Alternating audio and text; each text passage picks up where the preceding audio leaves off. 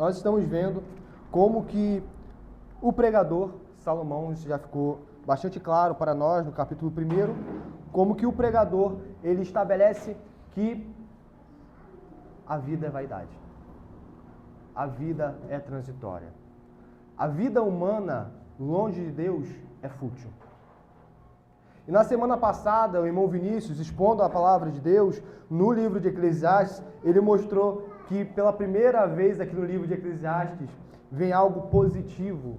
Em qual sentido? Eclesiastes, ele está trabalhando uma perspectiva intencionalmente para mostrar a futilidade da nossa vida. Ele está sendo intencional em mostrar, olha, seres humanos, quando vocês vivem uma vida alheio a Deus, a vida de vocês é fútil, a vida de vocês não tem sentido, a vida de vocês não serve para nada. Alheio a Deus, um homem não tem propósito algum. E de repente, Eclesiastes, trabalhando desenvolvendo esse argumento, Salomão desenvolvendo esse argumento, no versículo 24, o irmão Vinícius expôs aqui, que foi da perícope 18 até versículo 26, mas a partir do 24 diz assim: nada há melhor para o homem do que comer, beber e fazer que a sua alma goze o bem do seu trabalho. No entanto, vi também que isto vem da mão de Deus. É interessante porque geralmente ele fala, vi que isso era vaidade, mas aqui com o irmão Vinícius expôs, não, vi que isso vem da mão de Deus. E está vendo algo positivo. Pois separado deste, quem pode comer ou quem pode alegrar-se. O irmão Vinícius trouxe até mesmo um ímpio, quando ele se alegra porque Deus é misericordioso e dá a dádiva de alegria para ele. Ninguém se alegra alheio a Deus. Porque Deus dá sabedoria, conhecimento e prazer ao homem que lhe agrada, mas ao pecador dá trabalho, para que ele ajunte e amontoe, a fim de dar àquele que agrada a Deus. Também isto é vaidade e correr atrás do vento. Continuando nessa transitoriedade da vida, Salomão agora vai abordar não somente a transitoriedade, não somente a vaidade, não somente essa vida que é rápido, que é como uma neblina que uma hora se vê e logo não se vê mais. Mas ele vai dizer que essa vida transitória, ela não é uma vida sem propósito. Ela não é uma vida aleatória ou entregue ao caos. A vida, ela pode ser transitória, ela pode ser passageira, mas tudo que acontece debaixo do sol, tudo que acontece debaixo do céu, tem um propósito definido.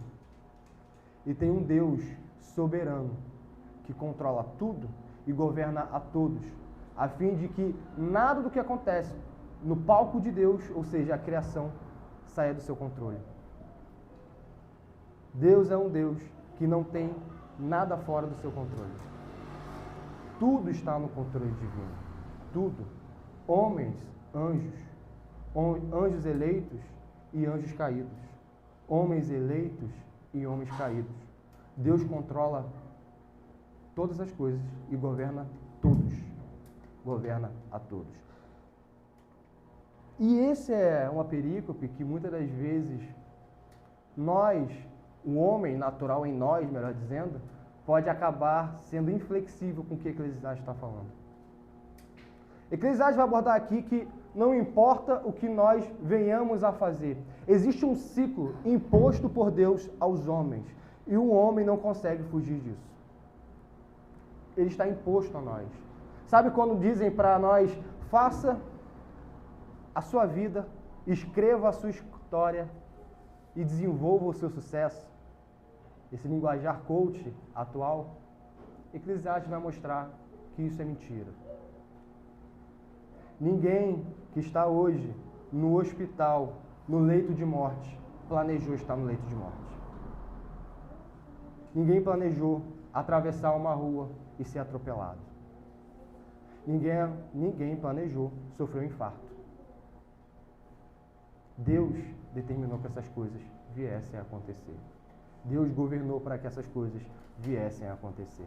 Nós não temos controle sobre a nossa vida. Nós não temos controle se amanhã acordaremos ou se essa noite nosso espírito voltará a Deus. Há um tempo determinado para tudo. E antes de nós lermos a perícope, é importante algumas doutrinas ficarem bem claras aqui. E eu vou ler brevemente o breve catecismo de Westminster, quatro perguntas do breve catecismo de Westminster, que a primeira é que nós devemos entender o que são decretos de Deus. Meus irmãos, nós precisamos entender o que são decretos de Deus. Especifica bem claro. Decretos de Deus são o seu eterno propósito, segundo o conselho da sua vontade, pelo qual, para a sua própria glória,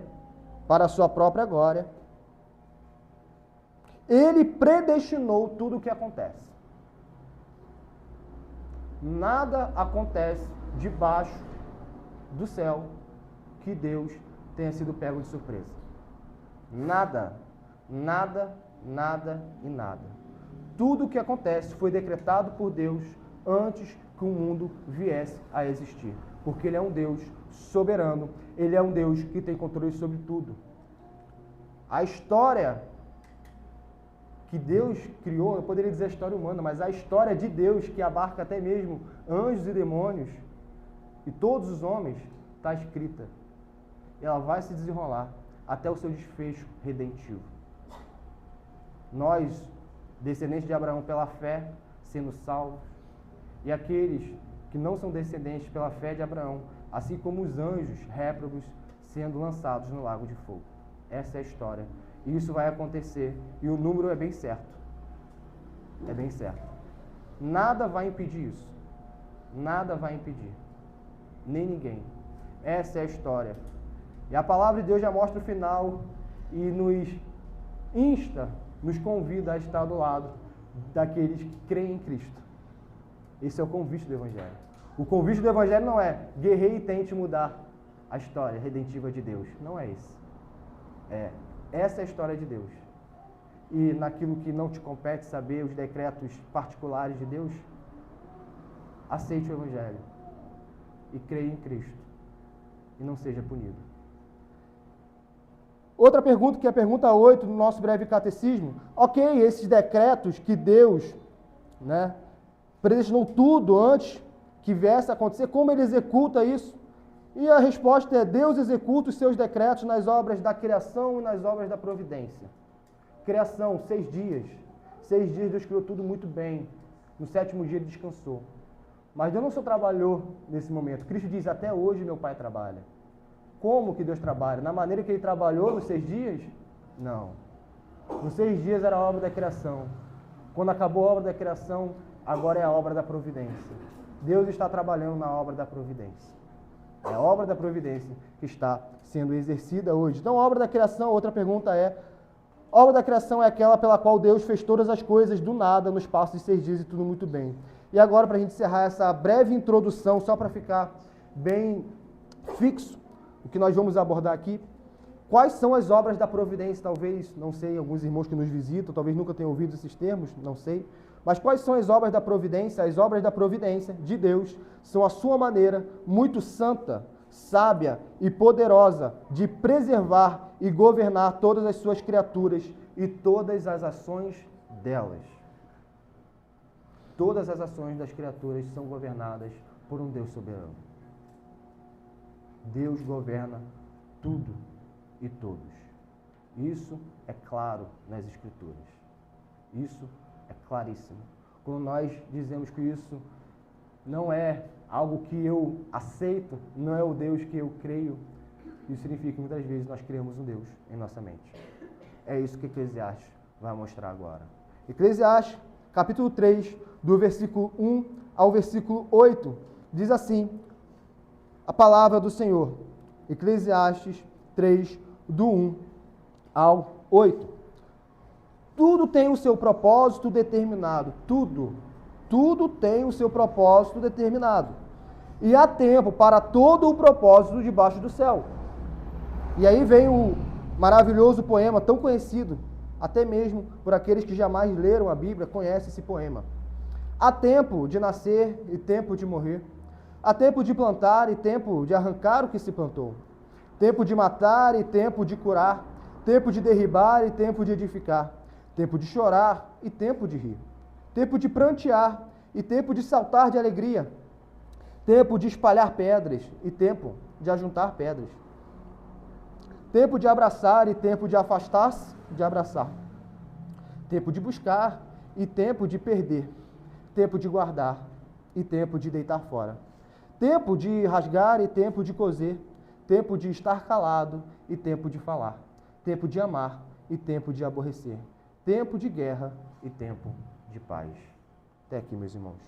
O que Salomão está fazendo? O que o pregador está fazendo? Do versículo 2 ao versículo 8, meus irmãos, ele está desenvolvendo um axioma, uma verdade, que é o versículo 1.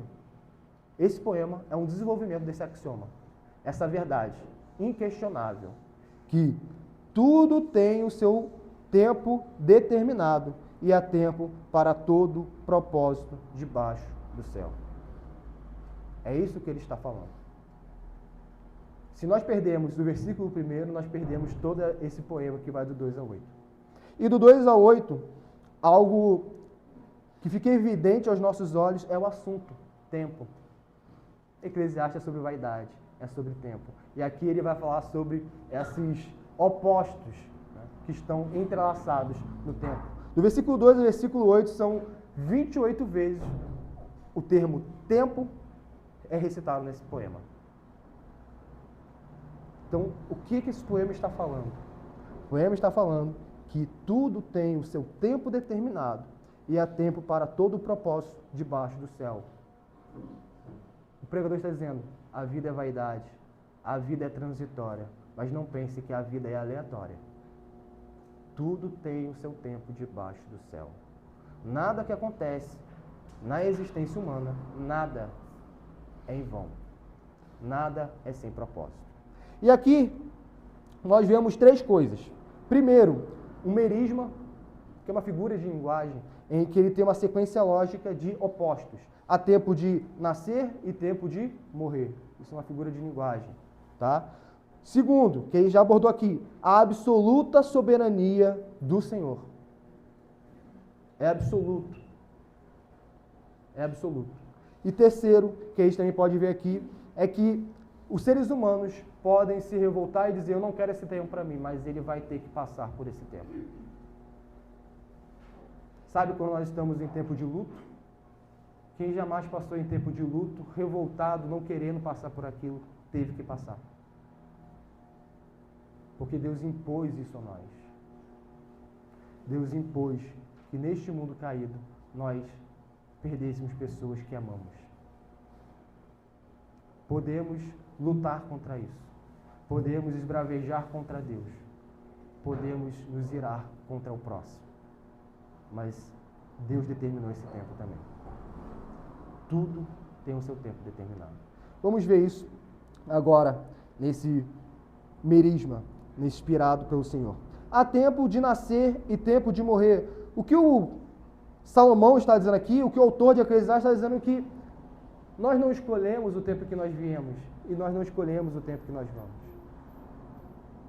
Deus determinou, como o salmista diz, que antes dele nascer, todos os dias dele estava escrito no livro de Deus. Estava escrito por Deus. Meus irmãos, pensem, até hoje, o que aconteceu na vida de vocês? Tudo, cada detalhe foi determinado por Deus. Nada foi aleatório. Nós estávamos conversando hoje na EBD sobre algumas coisas que nós não compreendemos. E o princípio bíblico é, e essas coisas que são mais, os maus morais, o mal moral. Deus é um Deus que é tão puro, mas tão puro que ele não apenas se afasta do mal, mas ele converte o mal em bem. Nosso Deus converte o mal em bem. Então todas as coisas que acontecem de mal na vida do Filho de Deus são convertidas para o bem dele, como está em Romanos 8. Tudo coopera para o nosso bem. Há tempo de nascer e há tempo de morrer. Neste exato momento nós não sabemos, mas Deus o sabe. Existe um dia que todos nós iremos passar pela morte. E ninguém, como diz o ditado, vai morrer de véspera. Ninguém vai morrer de véspera. Todos nós vamos morrer no dia e na hora que Deus decretou na eternidade. Todos nós. E continuando, tempo de plantar e tempo de arrancar é a mesma ideia do tempo de nascer e tempo de morrer, mas agora em uma linguajar agrícola. Aquele que planta, ele também arranca o que se plantou. Por vários motivos. Aqui não está falando apenas de colher, mas é arrancar. Se uma árvore ela se desenvolveu, envelheceu, está morta ali plantada, ela tem que ser arrancada. Isso é um fato. Tempo de matar e tempo de curar. Outra coisa que Deus impôs aos filhos dos homens. Deus não só impôs o nascimento e a morte, o plantio e arrancar o que se implantou. Deus também impôs aos filhos dos homens o tempo de matar e o tempo de curar. Deus aqui está falando que existem sim, meus irmãos, lugares legítimos para um homem legitimamente tirar a vida de outro homem. Quando que isso é legítimo? Gênesis 9:6. Quando há um homicídio doloso, ou seja, um assassino. Em Gênesis 9:6, Deus diz que todo aquele que tirar a vida humana deve ser morto porque ele tirou uma vida que é a imagem e semelhança de Deus. Isso é um pacto noaico. Existe tempo de matar. Existe tempo em que Deus legitimou ao Estado tirar a vida. Em momentos de guerras legítimas. Deus também legitimou, neste momento, tirar a vida.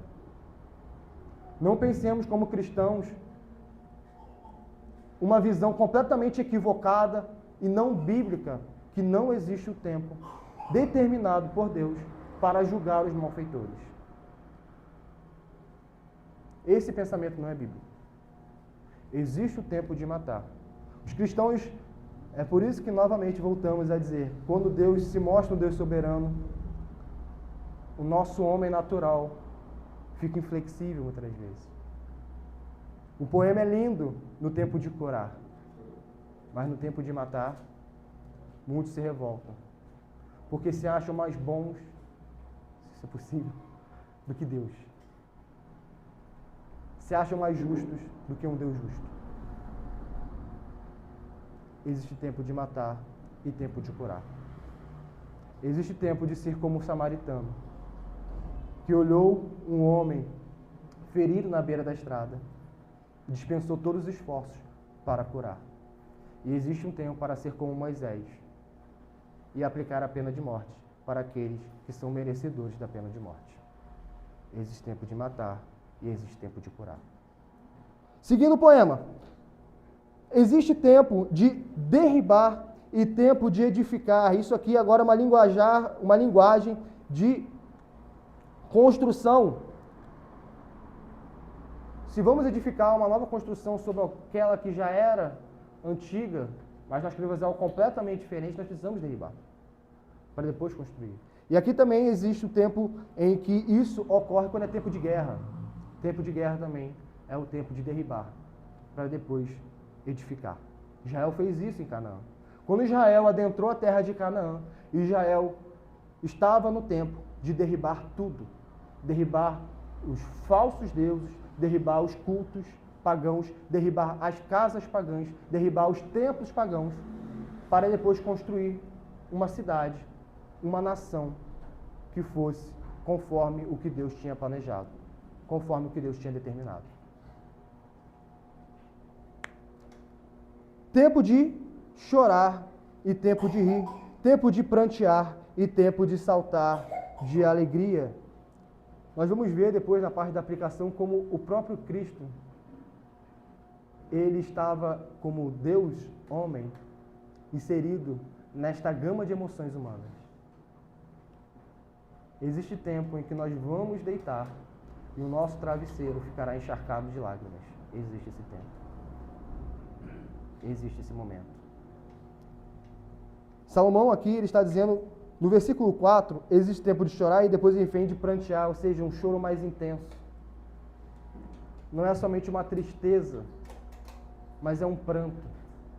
É algo que nós muitas vezes dormimos e acordamos e a tristeza ela permanece. A tristeza ela não vai embora. E ela aflige o nosso coração e a gente pensa, Senhor, quando que a minha alma será novamente alegre? Quando a minha alma novamente terá a alegria da salvação? O consolo de Eclesiastes é: existe tempo de chorar, existe o tempo de prantear, mas existe também o tempo de rir e existe o tempo de saltar de alegria. Há tempo para tudo debaixo do sol. É por isso que nós dizemos: o choro, ele dura a noite, mas a alegria ela vem pela manhã, porque Deus assim determinou. Deus determinou que isso acontecesse. E nós que somos filhos de Deus, aqueles que creem em Cristo Jesus, são filhos de Deus, eles não ficarão no lamaçal da tristeza. Deus irá devolver-lhes a alegria da salvação. Tempo de espalhar pedras e tempo de ajuntar pedras. Aqui podem ter duas interpretações. A primeira é o ser humano andando, não ligando para as pedras até que ele precise. Por exemplo, nos povos antigos, eles desconsideravam as pedras do caminho até que eles precisassem edificar alguma construção. Então, eles andavam espalhando pedras, quando eles precisavam das pedras, eles colhiam e edificavam. Também pode ser aqui relacionado a uma estratégia, se assim a gente pode dizer, de guerra que Israel aplicou contra Moabe.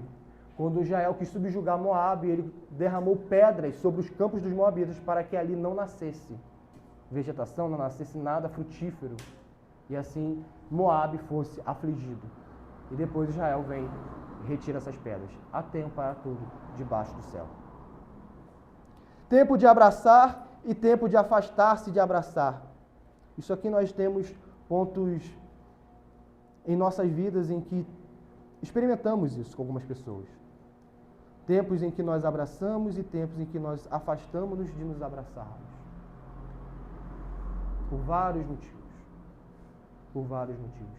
Nós vamos abordar apenas um, porque isso aqui também é uma coisa que nós não vamos abordar tudo.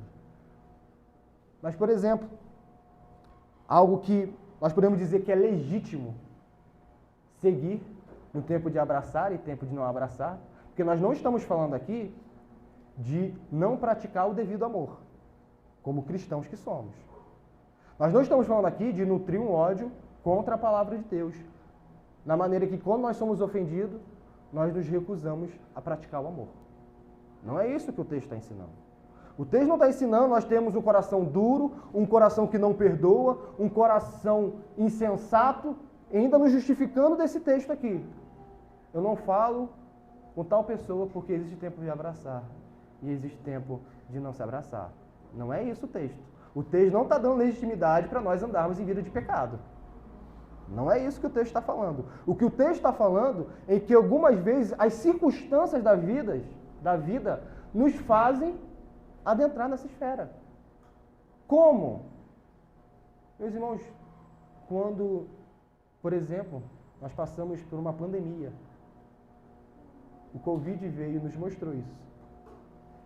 Havia tempo de se abraçar, mas quando veio a pandemia, por mais que amássemos os nossos avós e as pessoas mais velhas, nós evitávamos de fazer esse ato de amor.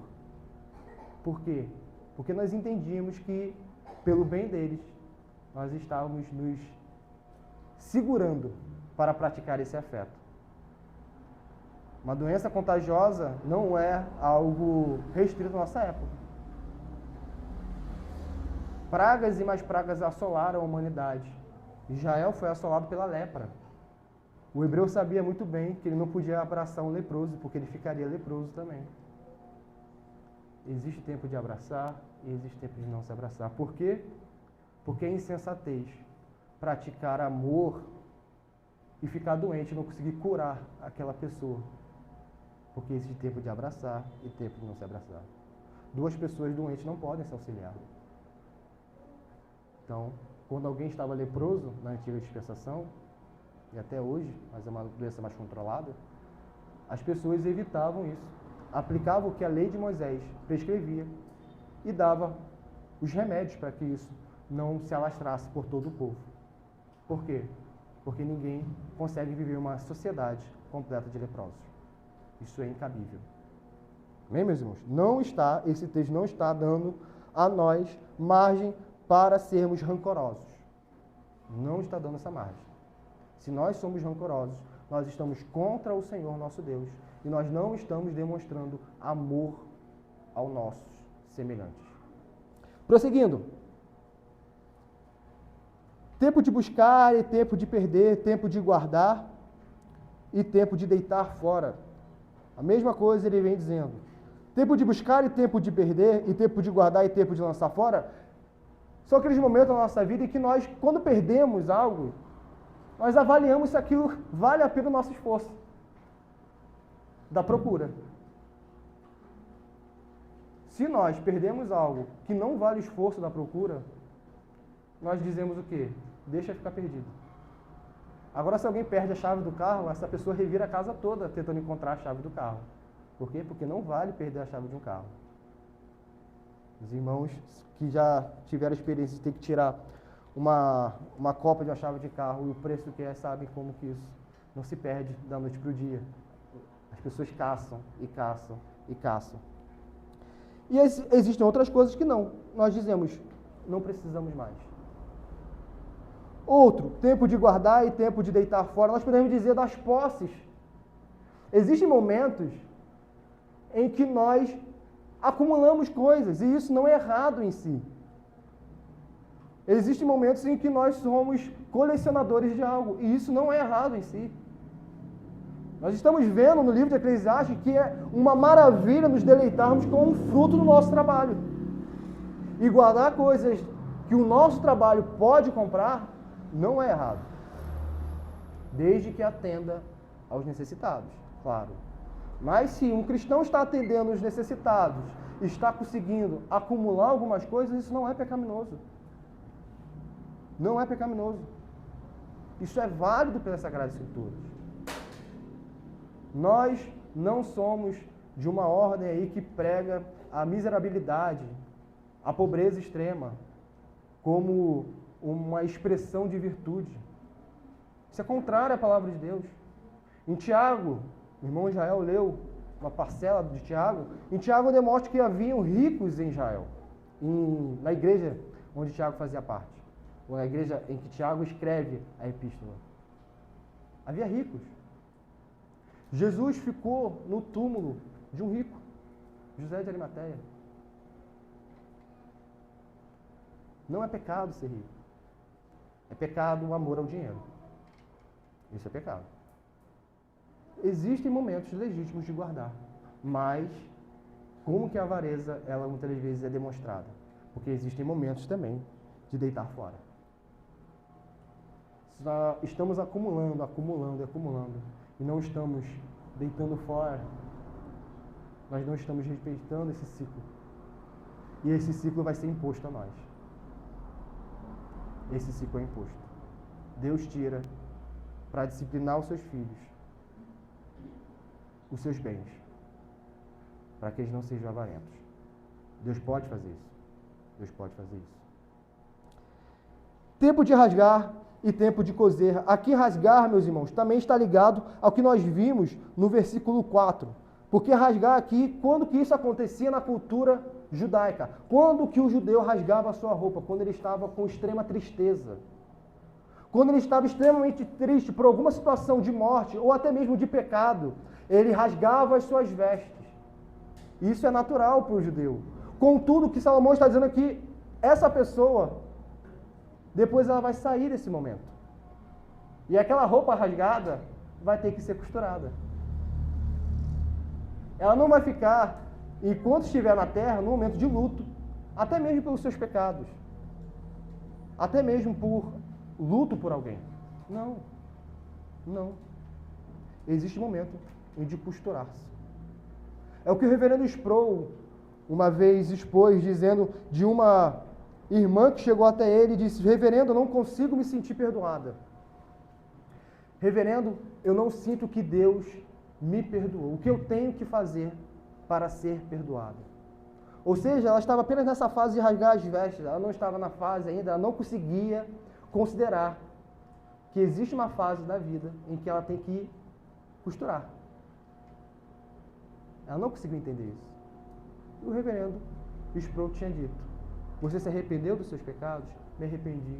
Você confiou em Cristo e unicamente em Cristo, como aquele que expia os seus pecados? Eu fiz isso, reverendo. Foi então o problema não é este seu pecado. O problema é o seu orgulho que impede de sentir o perdão de Deus.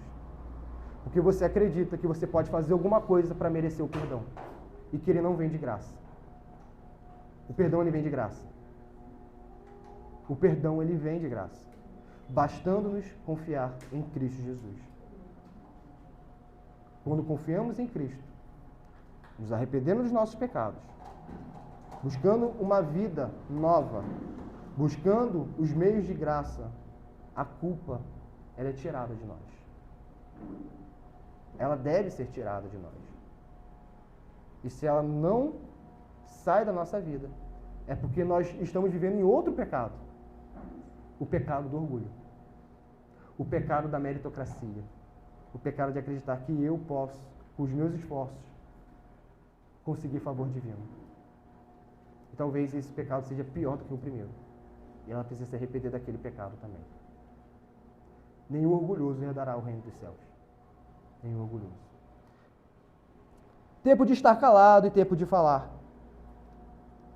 Isso aqui é um ensinamento que volta novamente em Eclesiastes, e Salomão diz esse ensinamento várias e várias vezes em Provérbios.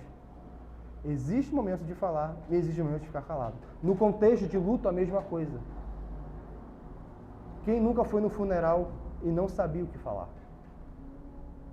Muitas das vezes no funeral, o que nós podemos fazer é abraçar e chorar juntos. É o que os amigos de Jó fizeram. Eles chegaram a Jó e ficaram 7 dias em silêncio, chorando.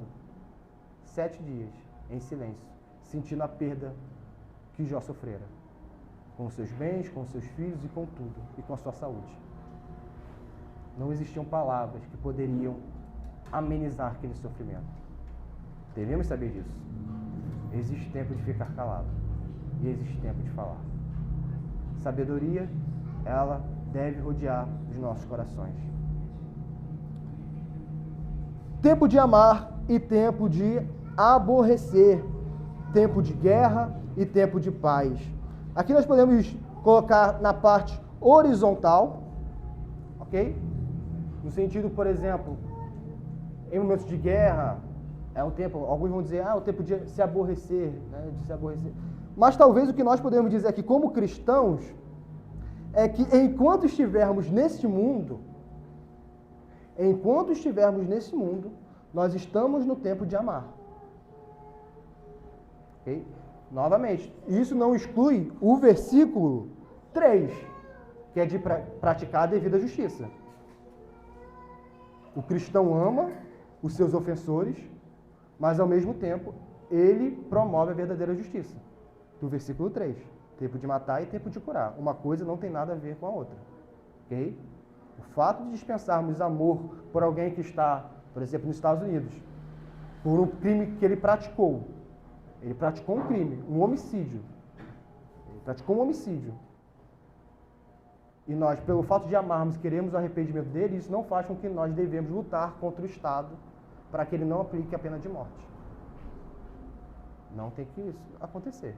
Cristo amou o ladrão da cruz, mas Cristo não bradou para que as pessoas, depois que ele se converteu, tirassem ele da lei. O ladrão da cruz morreu na cruz.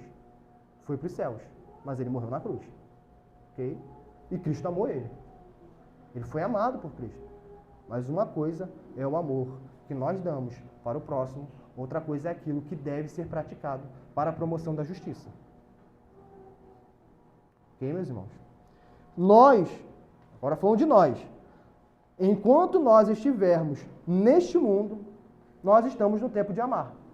Amar os nossos inimigos, amar os nossos perseguidores, amar aqueles que nos odeiam. Estamos nesse tempo. Contudo, chegará um tempo em que a igreja visível, o irmão Vinícius hoje deu um catecúmeno sobre igreja visível, sobre igreja, e abordou isso. A igreja, agora invisível, que é a reunião de todos os eleitos, ela vai julgar os ímpios. E aí existirá o tempo de aborrecer-se daqueles ímpios. Não vai ser mais o tempo de dispensar amor sobre eles. Vai existir esse tempo. Existirá um tempo em que a igreja irá se aborrecer contra os ímpios. Mas isso é só quando Cristo voltar para julgar os ímpios. Enquanto Cristo não voltou, enquanto Cristo não voltar, nós estamos no tempo de amar. Se não praticamos o amor devido ao próximo, estamos pecando contra Deus. Por último, tempo de guerra e tempo de paz. E aqui Salomão parece que ele vai no extremo novamente. Ele começa em um extremo, tempo de nascer e tempo, e é total extremo, se a gente pode dizer. Tudo aqui é um extremo de um lado e para o outro, mas aqui o total extremo. Total extremo primeiro é o quê? Nascer e morrer. Tristeza, tudo acontece nesse período. Tudo acontece durante esse período. E agora um outro extremo é tempo de guerra e tempo de paz. Nós como igreja, nós temos a paz que vem dos altos, sim, mas nós ainda estamos em tempo de guerra. Nós estamos batalhando contra principados e potestades. Nós estamos não em paz. Aqui não é o nosso Shabá, aqui não é o nosso Shalom, aqui não é a nossa terra de descanso, aqui não é o lugar em que nós tiramos férias. Este mundo não é o nosso oásis. Este mundo é palco de uma guerra que está acontecendo entre os filhos de Deus e os filhos da serpente. O cristão não pode se esquecer disso. O cristão que quer viver tempo de paz, ele tem que batalhar primeiro no tempo de guerra. Para que quando venha o tempo de paz, ele seja achado digno por no tempo de guerra ter batalhado pela fé. Se ele no tempo de guerra não batalhou pela fé, ele jamais terá o tempo de paz. Jamais terá o tempo de paz. Nós estamos nesse mundo, não é para curtir esse mundo. Nosso irmão Israel leu em Tiago, aqueles que são amigos do mundo são inimigos de Deus. Aqueles que amam esse mundo, naturalmente vão se aborrecer de Deus. E Deus vai se aborrecer deles. Nós não devemos amar esse mundo. Novamente, existe um tempo em que nós amaremos esse mundo. O irmão Vinícius pregou isso na semana passada, em uma das suas pregações. Quando Cristo voltar e instaurar novos céus e nova terra, sem joio, aí nós amaremos o mundo glorificado, novos céus e nova terra. Este mundo aqui agora, não, nós não podemos amar. Não podemos. É pecaminoso amar este mundo. Tempo de guerra e tempo de paz. Meus irmãos, quem pode ilustrar este poema que Salomão aqui expressa? Quem? Quem aqui pode dizer, olha, uma pessoa, diga para mim uma pessoa que se contentou com todos esses ciclos da vida. Uma pessoa que entendeu que existe um tempo de nascer e um tempo de morrer e ela não lutou contra a morte. Existe uma pessoa que não lutou para o tempo de choro. Ela não esbravejou contra os céus quando ela estava no momento de luto. Existe uma pessoa que por algum acaso entendeu que ela tem que derribar e ela tem que edificar e ela fez isso com santa justiça. Existe uma pessoa que fez isso. O nome dessa pessoa é Cristo Jesus. E aqui vem a maior, se assim a gente pode dizer, a maior misericórdia de Deus para com os filhos dos homens. Ou a maior obra de Deus na sua criação. Nós olhamos para todo o palco de Deus, para toda a criação e nós dizemos, que obra maravilhosa Deus fez em 6 dias. E muito bem Deus fez. E foi maravilhosa. E ela foi grandiosa. Mas a criação, as galáxias, os planetas, o ciclo da vida, toda a beleza natural, toda a formosura humana não pode ser comparada com o que acontece quando Jesus Cristo está encarnando. Tudo é pó quando aquele menino está sendo formado no ventre da Virgem Maria.